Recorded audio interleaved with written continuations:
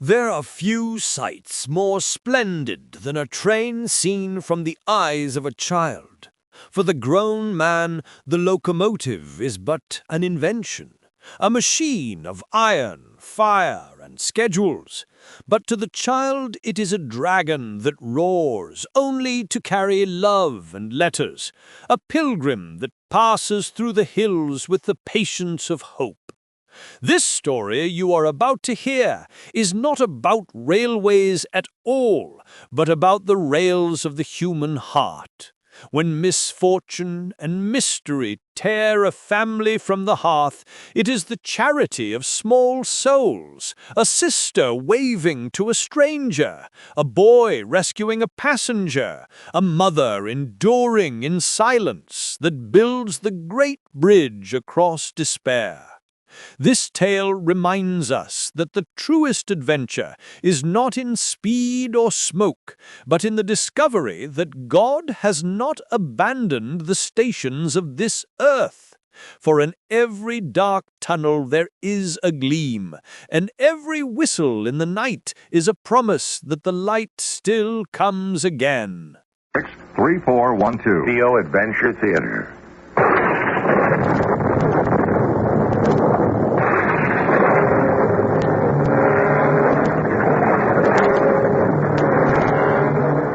I'm Tom Bosley, welcoming you to the magic world of radio, the world of your imagination, a world as vast as the universe. Today's story was written late in the 19th century by Edith Nesbit, a time when life was much simpler than it is today, when the railroad was an even newer thing than aeroplanes are now, and just as important and fascinating to the people who lived then. It's the story of a family, a mother and two children, who face a serious crisis, but resolve their problems through love, ingenuity, and courage. The Railway Children was written especially for the General Mills Radio Adventure Theater by Robert Newman and stars Sarah Parker and Toby Parker. I shall be back shortly with Act One.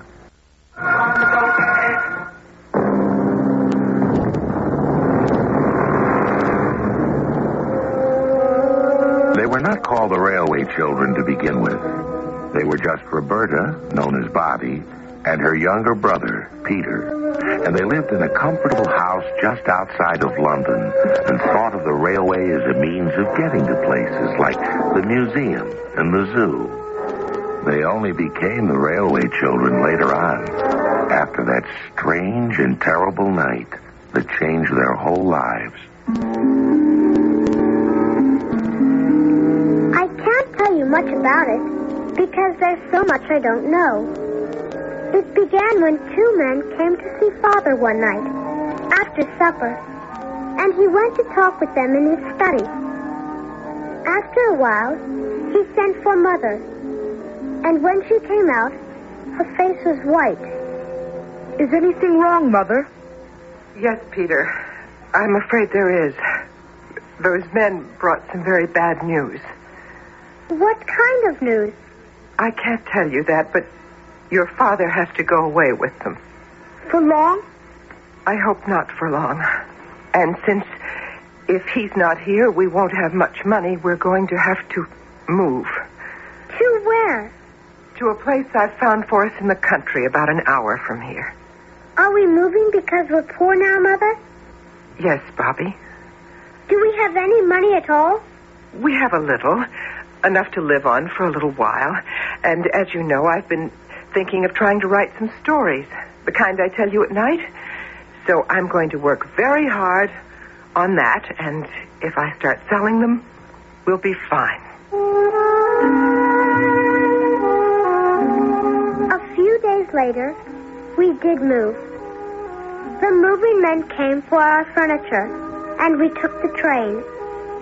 It was dark when we got to the house, so we couldn't see much of it. But it seemed very small after our old one. After we were in bed, and Mother had said goodnight to us, Peter came into my room. I'm worried about Father. Where do you suppose he's gone? I don't know. Maybe they sent him on a secret mission somewhere, and that's why we're not supposed to ask any questions about it. Maybe. The next morning, we went out to explore while Mother got things settled in the house. By daylight, the house turned out to be quite pretty. A small white cottage with a garden behind it. There was a field beyond the garden, and beyond the field, there was a railway. We walked down to it and sat on the bank. It looks different here, doesn't it? Looks or feels different. I guess feels. But I don't know why. Maybe because that's how we came here. By the railway. So it's kind of a link to our old house.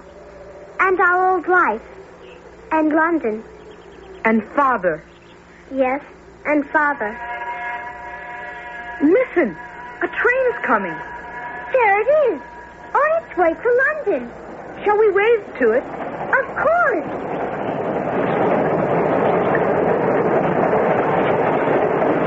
Well, the engineer waved back, but no one else did. That old gentleman did. Where? There, in the first-class carriage. He's still waving. Oh, I see him. He looks nice. You know, I like this. I like being close to the railway. I want to find out everything I can about it. And trains, and everything.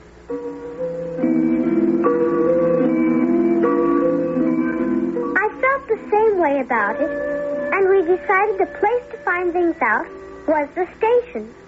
So we walked up there. A gray-haired man in a uniform had just come out of the ticket office. Well, who are you? We're Peter and Roberta Brandon, and we've just moved into the white cottage, up on the hill. Oh, yes, I remember. Well, I'm Mr. Perks, the station master. Oh, well, don't tell me you're leaving here already. Oh, no. We're not going away. It's just that we're very interested in the railway, and we'd like to learn something about it. Well, now, what would you like to know? What are all those tracks off to the side there that don't go anywhere? Oh, that's the yard. Freight cars are running there to be unloaded. And what's the big tower next to the track? That's the water tower. Engines need water, you see, and coal to run. And when one of them's low on water, they just stop there and fill up. And I suppose that's why there's that big pile of coal next to it. That's right. Oh, trains don't often need it. They take on coal further up the line where they start. But we have it here just in case. Thank you very much, Mr. Perks. Can we come back sometime? Why, any time. I'll be glad to talk to you if I'm not busy. So we now, Mr. Perks and the old gentleman on the train. The next morning, and every morning after that, we went down to the tracks and waved to the old gentleman in the first-class carriage. And he always smiled and waved back to us. Several days later, it was raining, but we went anyway. And when we got back, we found Mother warming her hands at the kitchen stove. Are you cold, Mother? A little. Spring's late this year, and when I'm up in my room for very long, I start to feel it. There's a stove in your room, too, Mother. Why don't I build a fire up there? Because coal's too expensive, Peter. We cook on this stove, so we need it, but we can't afford another fire. Oh. I'll see you both later. Mother really is working very hard on her stories. Yes, she is. And I think it's terrible that she should be up in her cold room.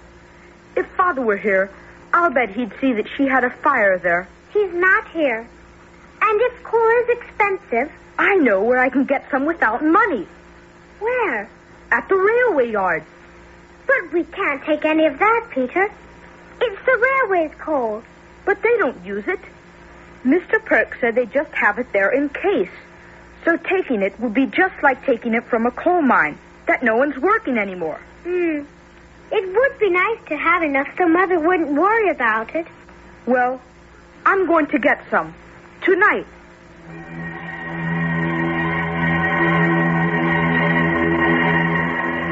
I felt a little strange about it. but I hated to have Mother worrying about things. So I said I'd go too. That night, after supper, we slipped out with a big sack and filled it with coal from the pile at the railway yard. We went there several times. And then, one night, when we just started filling the sack... Now, I finally got you, you young thief. Mr. Perks! Oh, yes, it's Perks, all right. And, oh, why, Peter. And Bobby, too. Oh, I am surprised. Two well-brought-up and well-off children stealing like this. But we're not stealing.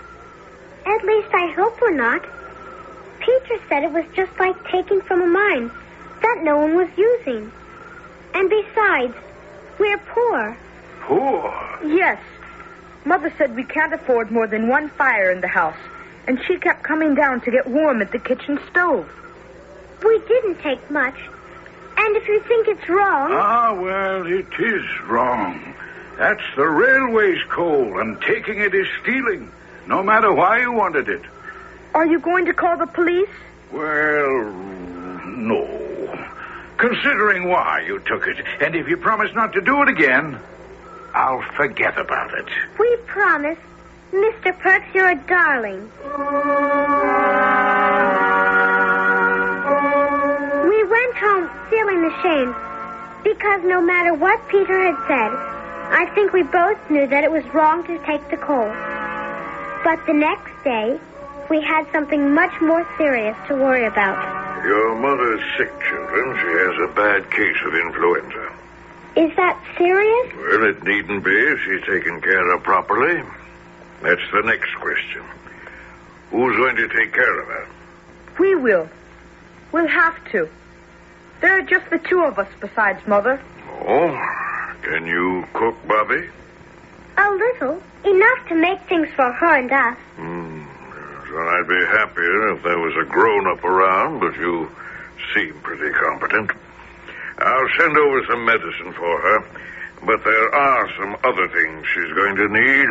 I'll write them down.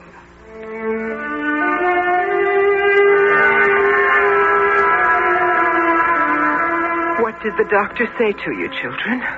That you had influenza and had to stay in bed, but that you'd be fine if we took proper care of you. He's going to send over some medicine for you. But he also gave us a list of things that you should have. Let me see the list. What? This is ridiculous. Beef tea? I don't need beef tea. Any soup will do. And grapes. Does he have any idea how much grapes cost? As for brandy, that's out of the question. I will get well without any of that.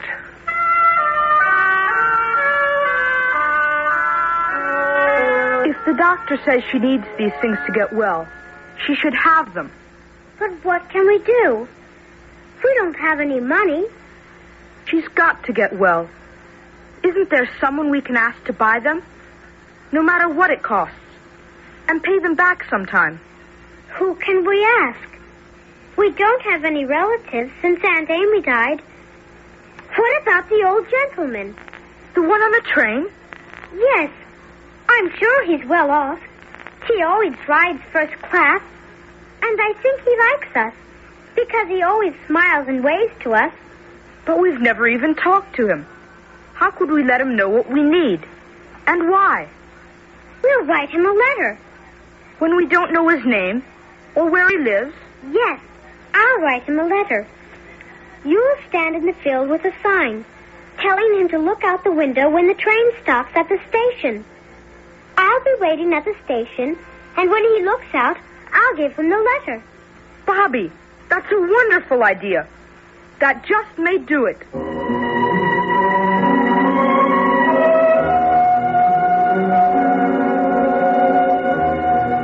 And so, out of their deep concern for their mother, the children decide to approach a man they've never met and ask him for help. Their plan is ingenious, but has a great many uncertain elements. For in spite of their rather touching faith, the man they call the old gentleman is a complete stranger. Will he respond, or are they in for a disappointment? We'll find out shortly when I return with Act 2. The kilometer and the kilometer connected to the... The General Mills Radio Adventure Theater will return shortly. Yeah.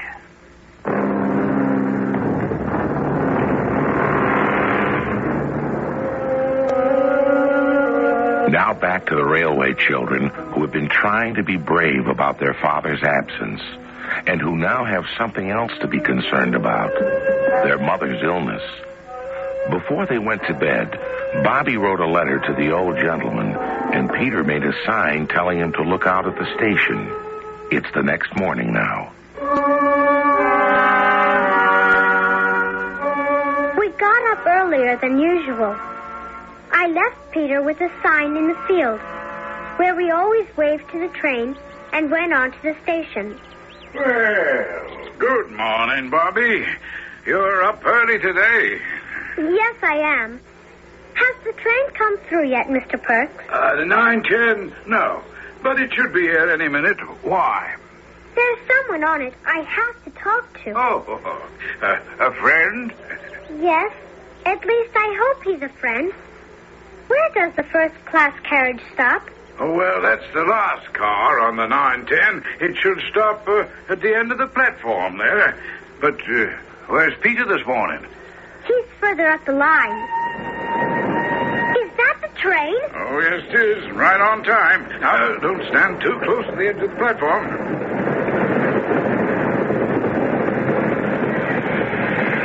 Oh, where is he?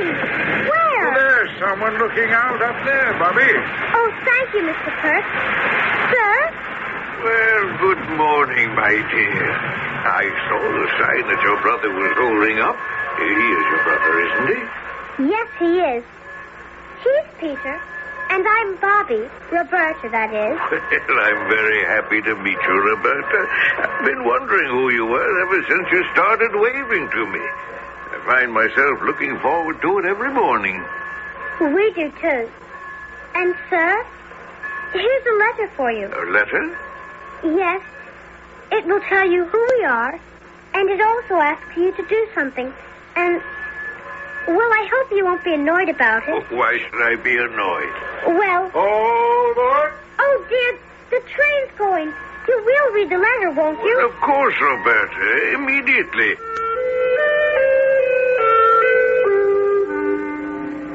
The train left, and I stared after it. I'd finally met the old gentleman, and he was just as nice as we thought he'd be. I went back to where I'd left Peter, and as we walked home, we wondered how long it would be before we heard from him. At a little after 6 that night, there was a knock on the door. Well, evening, Bobby. Peter, here's a package for you. A package? Yes, package. Well, it's a sort of a hamper or basket. A gentleman on the up train from London gave it to me. Asked me to bring it here to you. Our old gentleman. Yes, the one you talked to this morning. And how's your mother feeling? A little better, we think. But what's in here should make her feel much better. Oh, I hope it does. And please give her my regards. We'll do that. And thank you very much, Mr. Perks. Not at all. Good night. Who was that, children? A package for you, Mother. For me? From whom? We're not really sure. Well, bring it up here. What shall we do? Well, it is for her. We'd better take it up. She's not going to like it. But wait, here's a note. Do you think we should read it? It's addressed to us. All right. Well? Yes. Maybe she won't be angry after she reads it. Children? Yes, Mother. We're coming. Here you are, Mother. Oh, what in heaven's name? What's in it? We think we know, but you'd better look. What? Brandy? And grapes? And beef tea? And 2 roast chickens? And some roses. Well, I don't believe it. Who sent it? Our friend, the old gentleman. What old gentleman? The one on the train we wave to every morning. You see, the doctor said you really needed some of these things. And even though you said you didn't... You mean you asked somebody, a complete stranger, for them? We wanted to get you well, Mother, and we didn't know who else to talk to.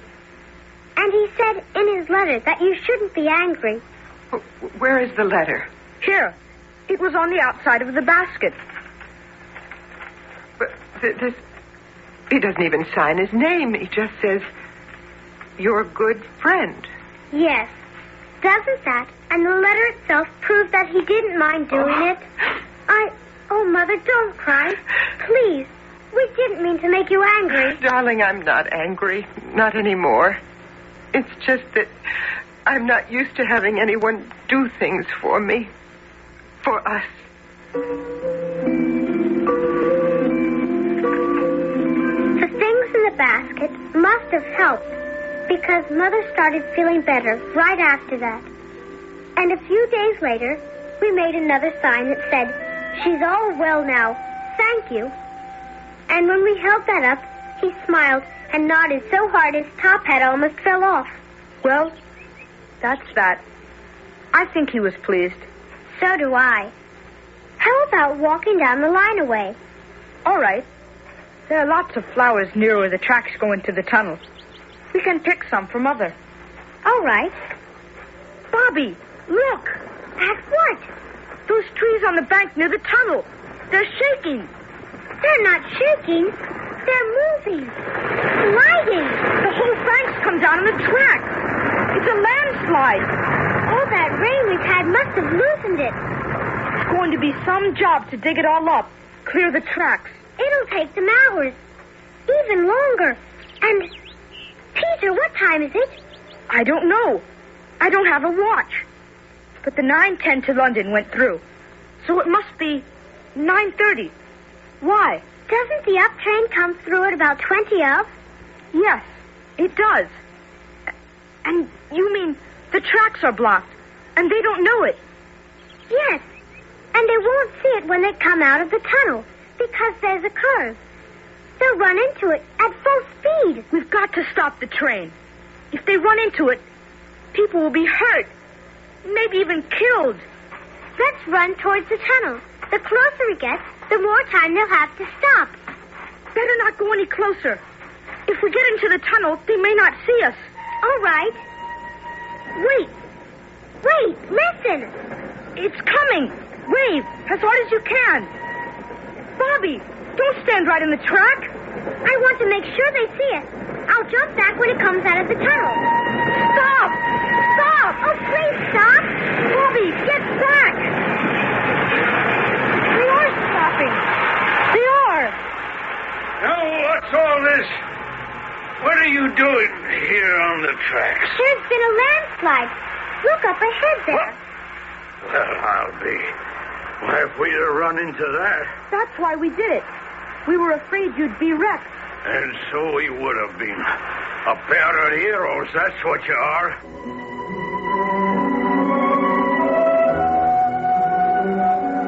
They made quite a fuss about it. And of course we were very pleased. The next day we got a letter from Mr. Jabez Inglewood, one of the directors of the railway, asking if we could be at the station on Friday for a presentation to commemorate our actions. Look at all those people on the platform. There's Mr. Perks and the engineer and fireman of the train we stopped. And Bobby, isn't that... Yes, it's our old gentleman. Good afternoon, Roberta and Peter. Is this your mother? Yes, it is. Well, Mrs. Brandon, I'm Jabez Inglewood, one of the directors of the Northern and Western Railway. You're Mr. Inglewood? Yes, I am. I'm very happy to meet you, and even happier to have an opportunity to thank you in person for that hamper you sent me when I was ill. One of these days, I would like to repay you. Now, don't you think the children have more than repaid me and the railway by what they did? Well, we're very much in their debt, which, of course, is why we're here. May we have quiet, please? Thank you. Ladies and gentlemen, we are here to honor two young people, Roberta and Peter Brandon, for their prompt and courageous action in stopping a train this past Monday and thus averting a serious accident. In token of our appreciation, I, speaking for the other directors, would like to present each of them with a suitably inscribed gold watch. A watch? I've never had a watch of my own. Oh, Mother, can we accept that? Well, Of course you can. I'd feel very hurt if you didn't. Then, thank you very much. I don't think I have to tell you, Mrs. Brandon, that they're quite extraordinary children.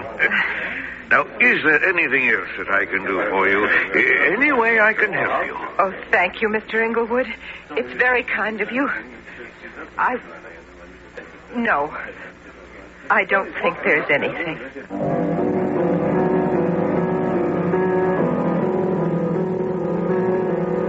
Mrs. Brandon hesitated as she said that, which means that there was something. Does it concern her husband, the children's father? It's possible, for it was his mysterious disappearance that changed their lives completely, caused all their difficulties.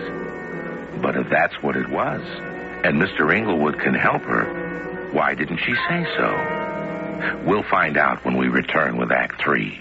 Well, the General Mills Radio Adventure Theater will return shortly.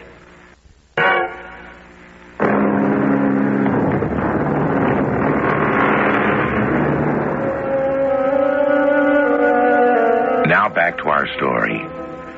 The next few days were happy ones for the Brandons, the happiest they had known since the night Mr. Brandon went away so suddenly and mysteriously. Mrs. Brandon was working on some new stories, and the children were still enjoying the praise and affection of the small community in which they lived. Then came the morning they would never forget.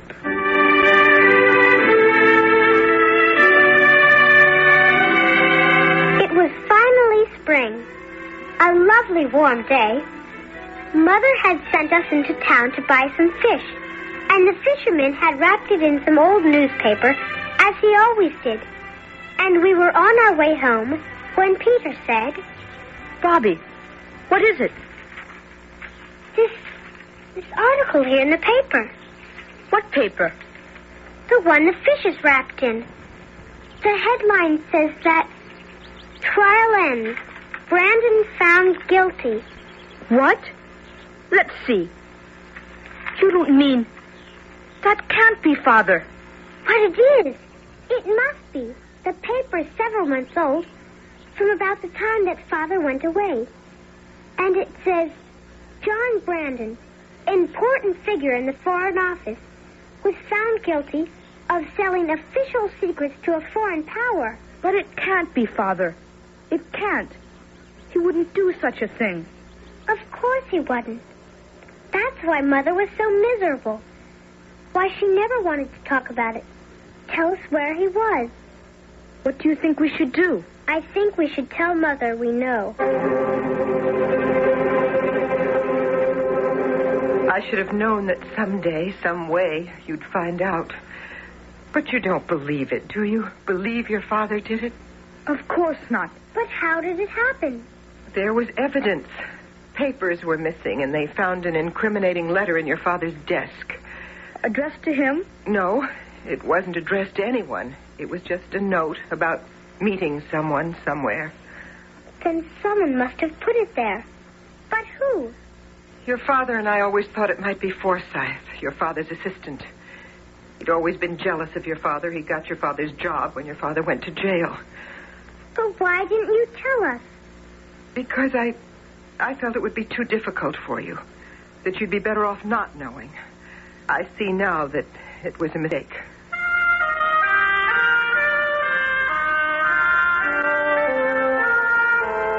Do you have any plans for this afternoon, children?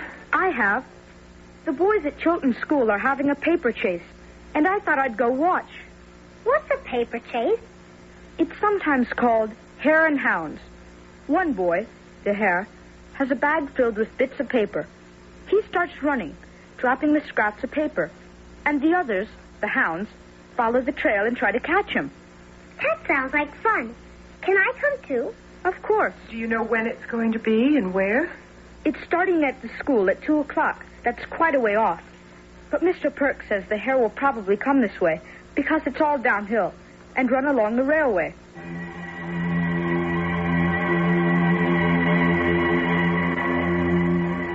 We went out along the railway to the hill where the tunnel went through.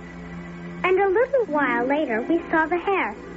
He was a tall boy of about 16, and he was running hard and dropping bits of paper as he ran. He came to the tracks, hesitated a minute, then turned and ran to the tunnel. I say, look at that. Is that fair, going into the tunnel? Why not? It's too dark to see the paper. Well, once the hounds go in, they'll know they have to go all the way through. And they can pick up the trail on the other side. Here they come. How many are there? 4, 6, 8, 10 of them. No, 11. There's another. The one in the red jersey. Oh, yes. He's way behind. He's limping. He must have hurt his foot, or else he has a blister. Now what? Let's go over the hill and watch them come out the other side.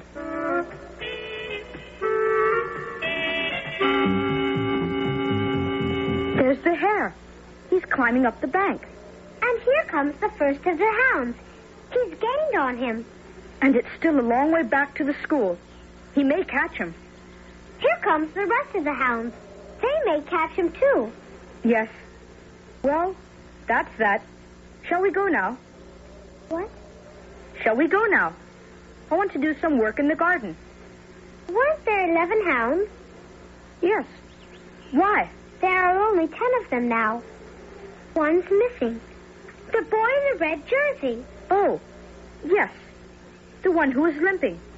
He'll probably be along soon. Suppose he fell and hurt himself or something. And he's still in the tunnel. You mean the others wouldn't know it till they got back to the school? I think we ought to go down and look in the tunnel. I'm sure something's happened to him. And if it has, he may need help.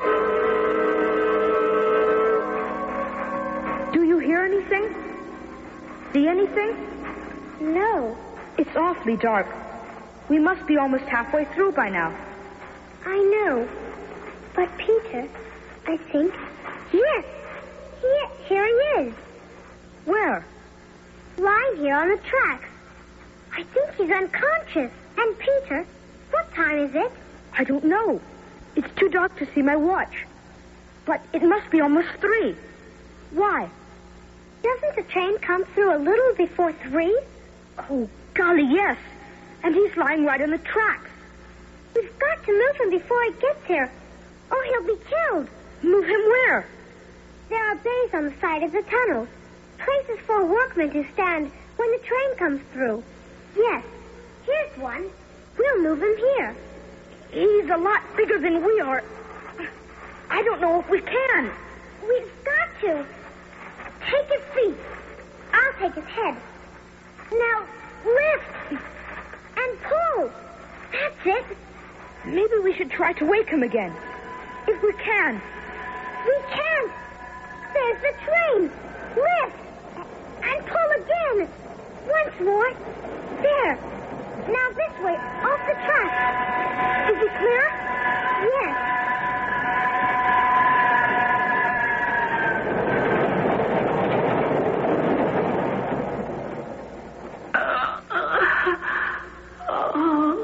Are you awake? Can you hear me? What? Yes, of course. Where am I? In the tunnel. You were running through and something must have happened. I remember. I tripped slipped on something. You saved my life. I guess maybe we did. What's your name? Jim Knowles. Oh, you two are just about the smartest and bravest people I've ever known.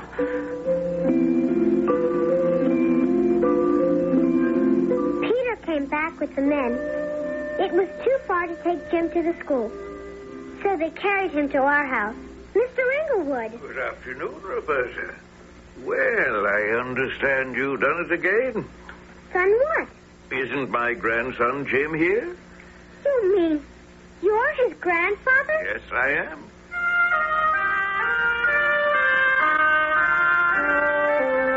Mrs. Brandon, Roberta, Peter, I don't know what to say to you. I don't think there's any need to say anything. Oh, I do. The railway was greatly in debt to your children for stopping the train, and now I find myself even more deeply and personally in their debt. For as I understand it, they saved Jim's life. We were very happy to help Jim, even though it was pretty scary for a while.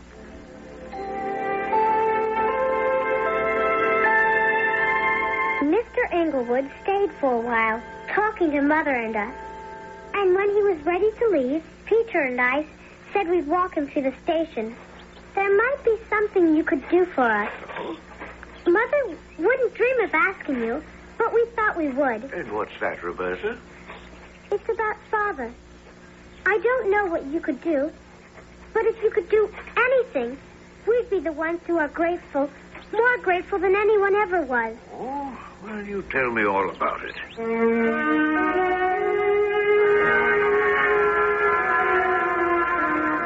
I remember the case. Remember thinking at the time that it was ridiculous to believe that a man of your father's caliber could do such a thing. And now that I've met you and your mother, I'm convinced of it. Then you think you could do something? Well, I don't know. I have friends in the Foreign Office and also at Scotland Yard. Don't say anything to your mother about it. Not even that you discussed it with me. But I shall certainly look into it.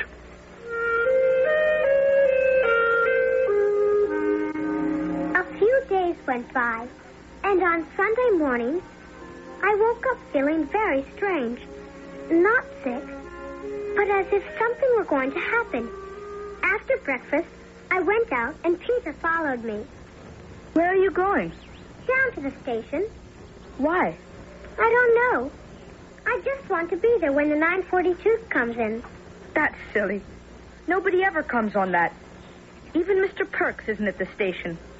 You don't have to come if you don't want to. I've nothing else to do, so I might as well.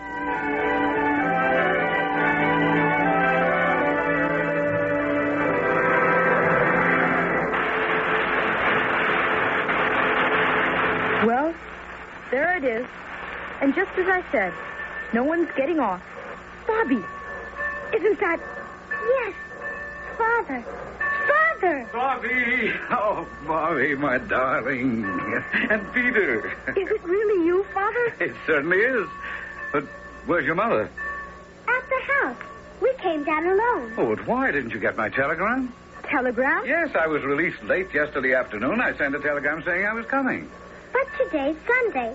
The telegraph office is closed, so they don't deliver telegrams. Well, then, how is it that you're here? I don't know. I just had a feeling I wanted to be.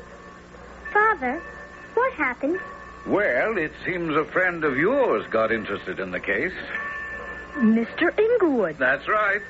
And he talked to people, and they began investigating again, and Forsyth panicked and tried to leave the country. And when they stopped him, he confessed everything.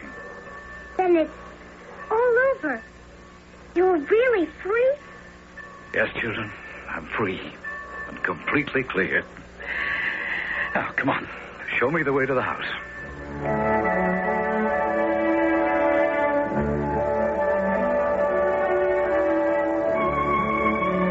And so the railway, which played such an important part in the lives of Bobby and Peter, continued to play its part to the very end, bringing back to them the one person they needed to make their lives complete. I'll be back shortly.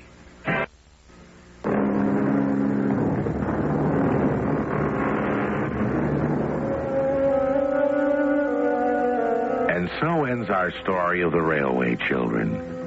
A story of another and a simpler time, but one that still lives, still is read and enjoyed, not only because it mirrors that time long past, but because it's concerned with some very basic and lasting values: courage and faith and the love of members of a family for one another.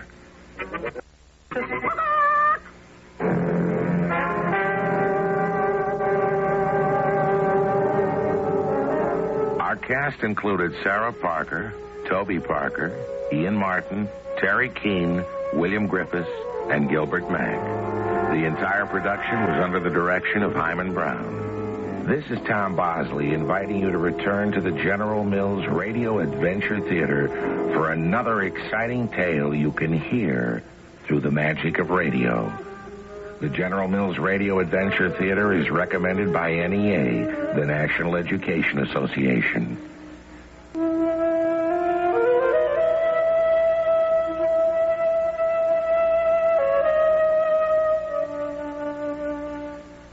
Casper Roots Carpenter.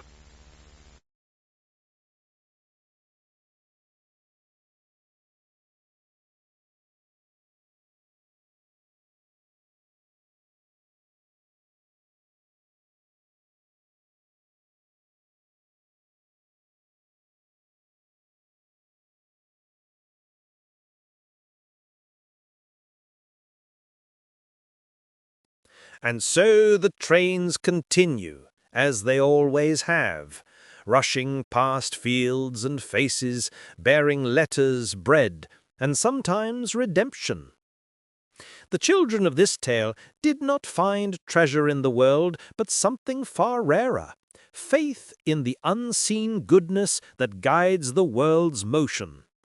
The steam fades, the journey ends, but the miracle remains that an ordinary kindness can alter the course of a nation's iron road.